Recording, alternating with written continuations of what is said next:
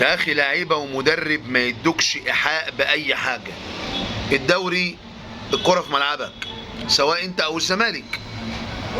اي فرقه من الاثنين تكسب الاربع ماتشات تاخد الدوري. انا مش فاهم في ايه، لا معاك مدرب ولا لعيبه بتغل على الكوره كده ولا في روح. ايه الاداء الهزيل ده؟ ايه الفرقه دي؟ انا مش فاهم حاجه يعني والله. كره عرضيه حلوه من طاهر لتريزيجيه. يا تريزيجيه واحنا صغيرين قلنا حطها في العكسيه، انت لوحدك ومحدش طالع معاك. لو حط في العكسيه الجون الاولاني النادي الاهلي. وبعدين سايبين الكره لبيراميدز، محسسني ان التعادل في مصلحتنا. انت سايب الكره لبيراميدز ليه؟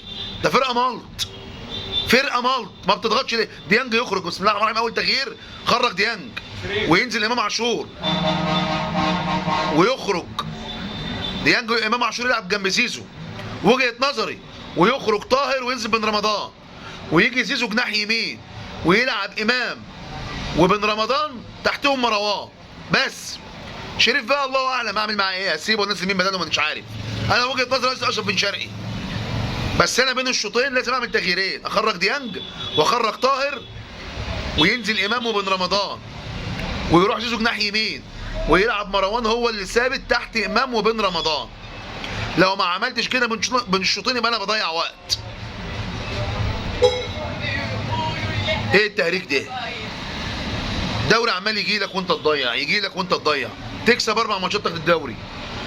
بيراميدز ما عندوش الفرصه دي، لان انت هتقابل المنافس المباشر اللي هو الزمالك.